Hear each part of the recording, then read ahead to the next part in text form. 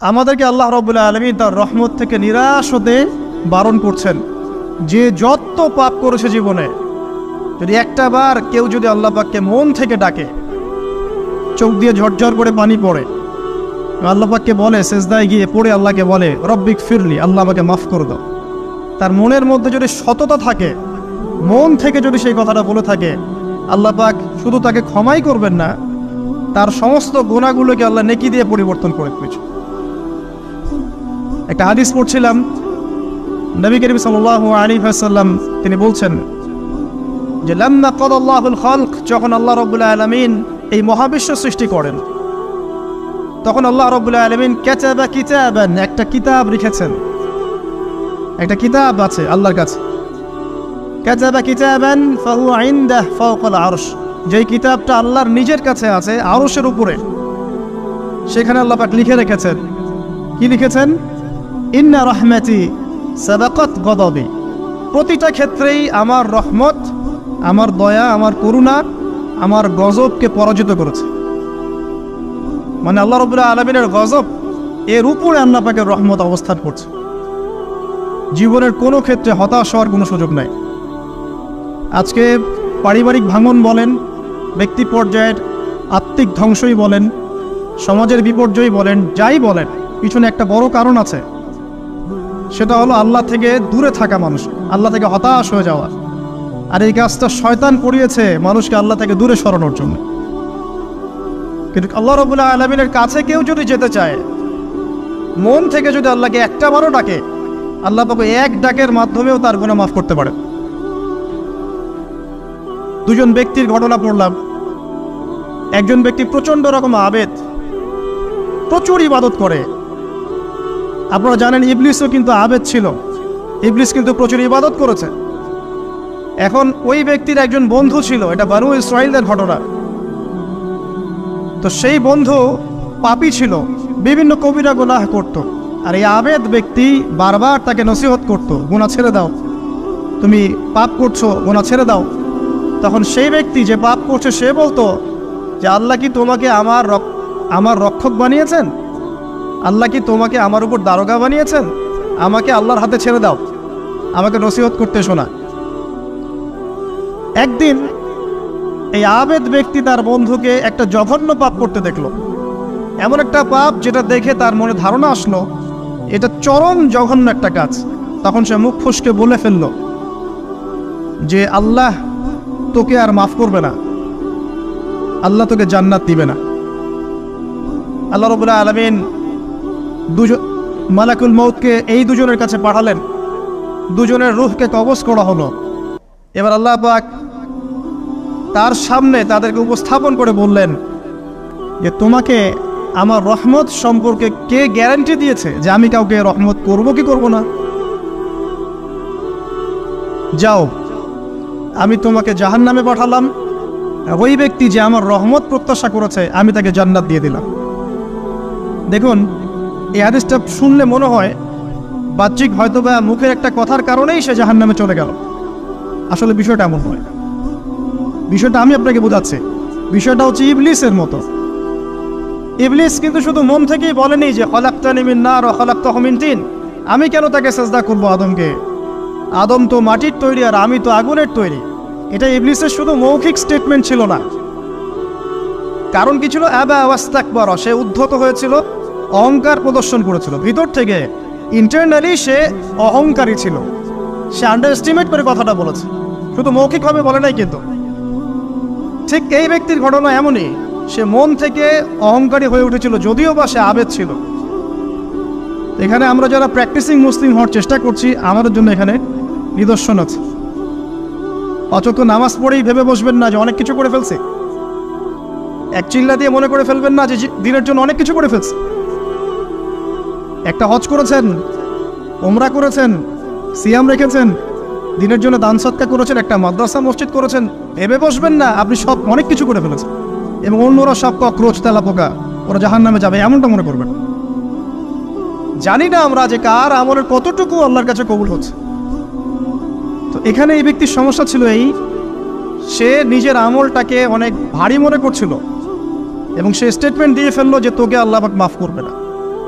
এই একটা কথা মন থেকে বলার কারণে তার ইহকাল পরকাল দুটা বরবাদ হয়ে গেল, সে জাহান্নামে চলে গেল।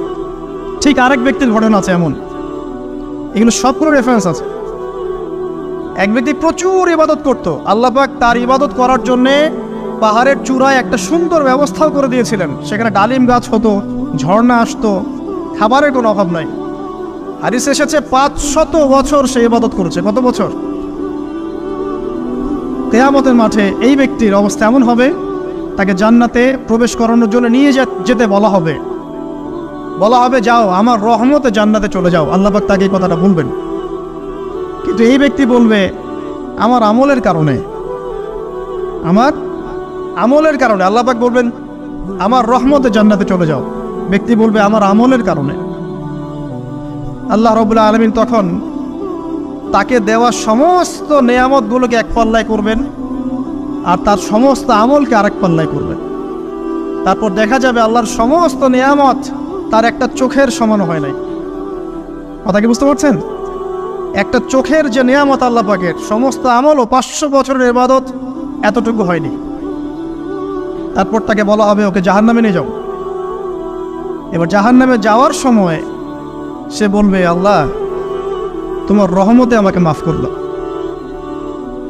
তখন আল্লাহ পাক তাকে আবার ডেকে নিয়ে আসবে, বলবেন যে তোমাকে যে আমি ইবাদত করার জায়গা করে দিয়েছিলাম, এটাকে তুমি নিজে করেছো না আমি করেছি? সে বলবে আপনি করেছেন।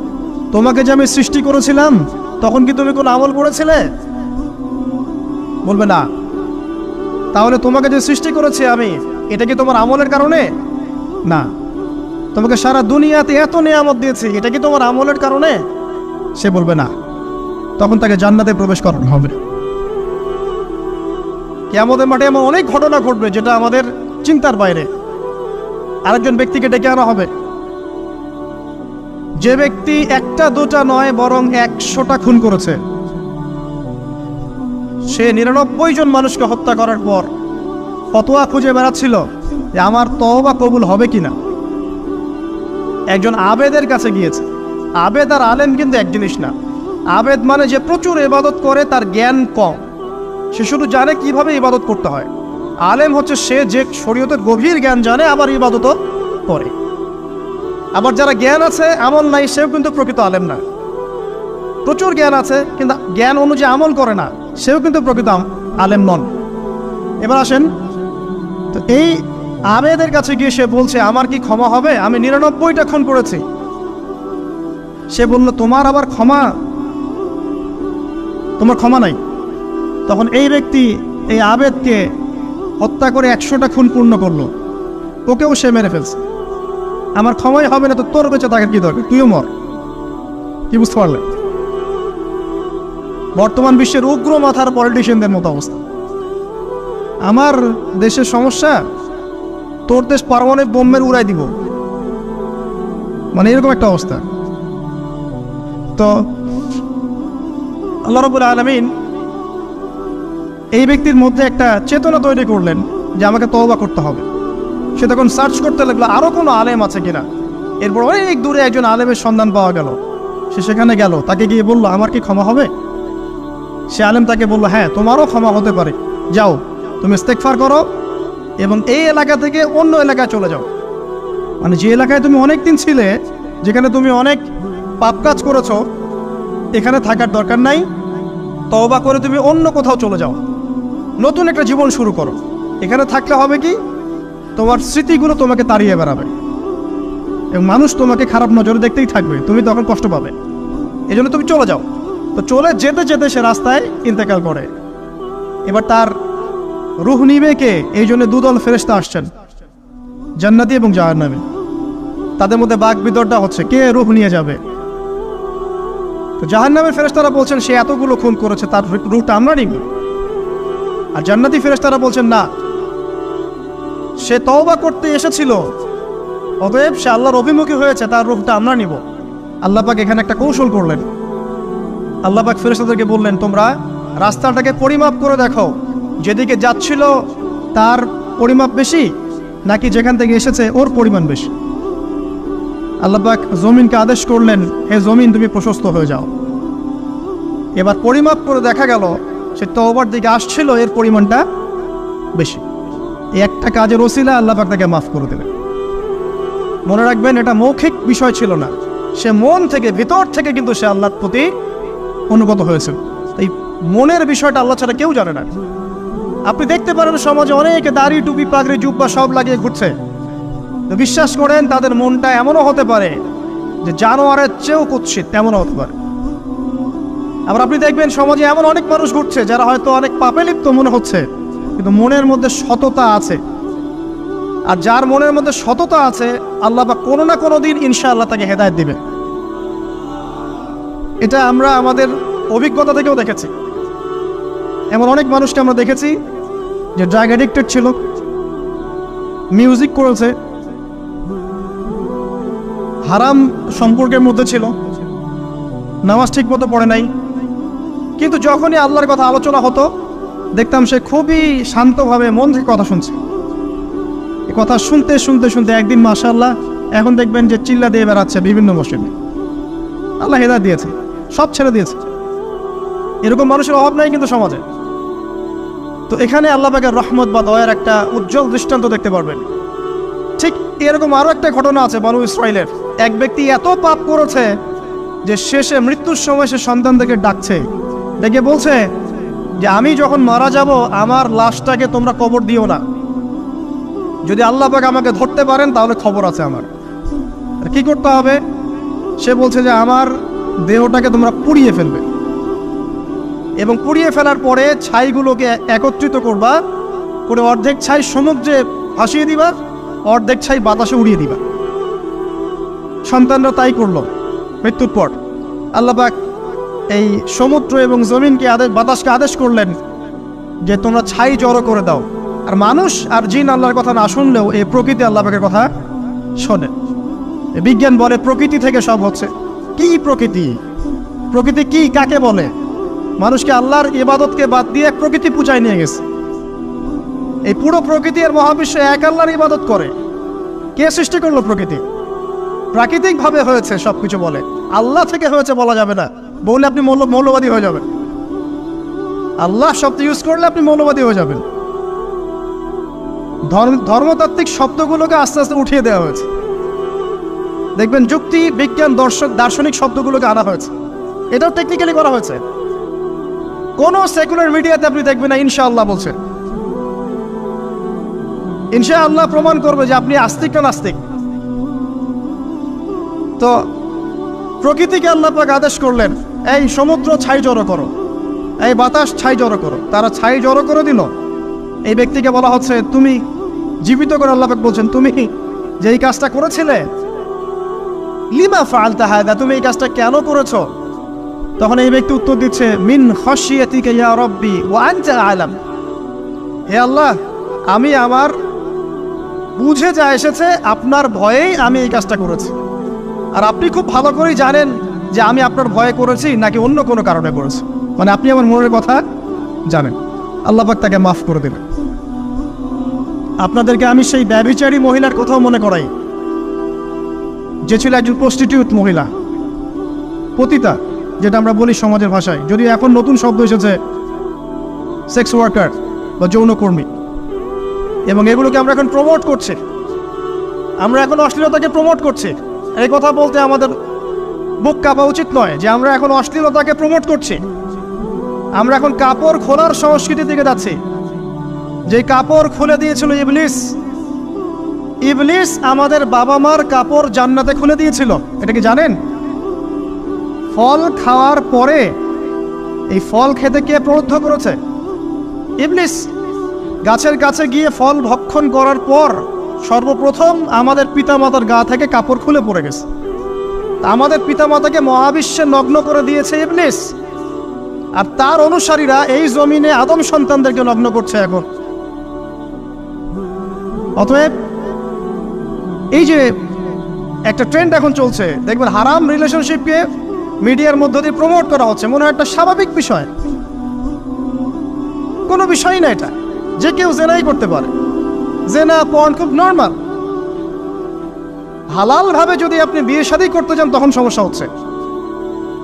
হালাল ভাবে যদি আপনি বিয়ে করতে যান তখন সমস্যা হচ্ছে। হারামভাবে আপনি যা ইচ্ছা তাই করতে পারেন, সমাজে কেউ কিছু বলছে না। এখন বলছে এগুলো স্বাধীনতা। সুবহানাল্লাহ, কোন স্বাধীনতা? স্বাধীনতা বলে কোনো শব্দ নাই মহাবিশ্বে। এই পুরো বিশ্বের সমস্ত মানুষ আল্লাহর অধীনে পরাধীন।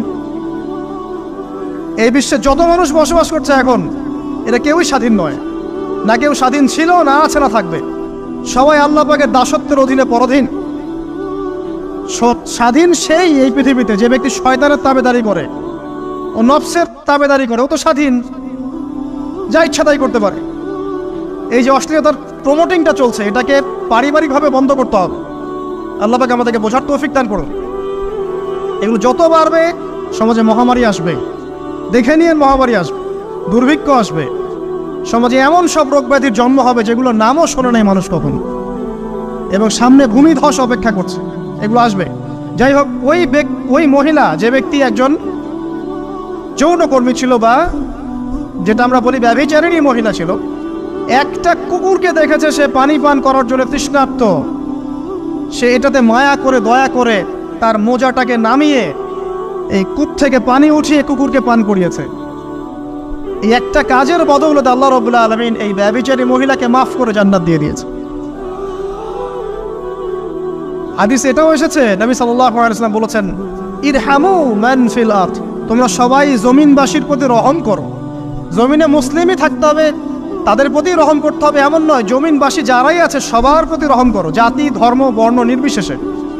এমনকি পশু পাখির প্রতিও দয়া করো। ইরহামু মান ফিল আরদ, জমিনে যারা আছে সবার প্রতি রহম করো। ইয়ারহামুকুম মান ফিস সামা, যিনি আসমানে আছেন তিনি তোমাদের প্রতি রহম করবেন ইনশাআল্লাহ। ইসলাম এই কথাগুলো বলেছে 1400 বছর আগে। আজকের এই বিশ্বের সোকল্ড এই মডার্ন বিশ্বে, যেখানে মানুষের রক্তের কোনো দাম নাই, সেখানে ইসলাম পশু পাখির অধিকার নিয়ে কথা বলেছে 1400 বছর আগে। কাদেরকে কি শেখাতে আসেন? কুরআন এবং সুন্নাহর বাইরে অভ্রান্ত সত্যের কোনো উৎস আছে?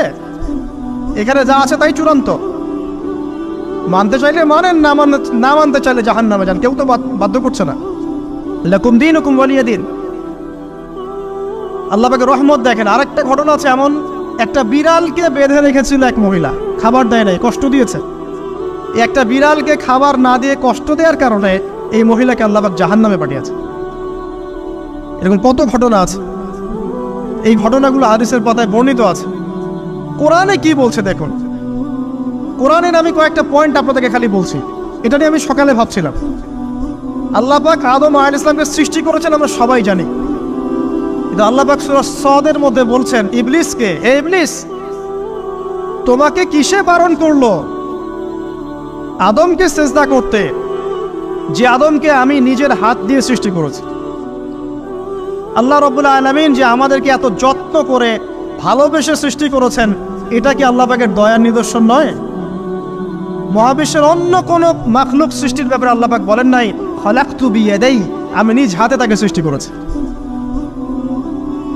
শুধু সৃষ্টি নয়, সৃষ্টি করার পর আল্লাহ পাক তাকে সমস্ত নাম শিক্ষা দিয়েছেন। এই যে জ্ঞান শিক্ষা দেওয়া, জ্ঞান, এটা আল্লাহ পাকের সবচেয়ে বড় নিদর্শনগুলোর মধ্যে অন্যতম।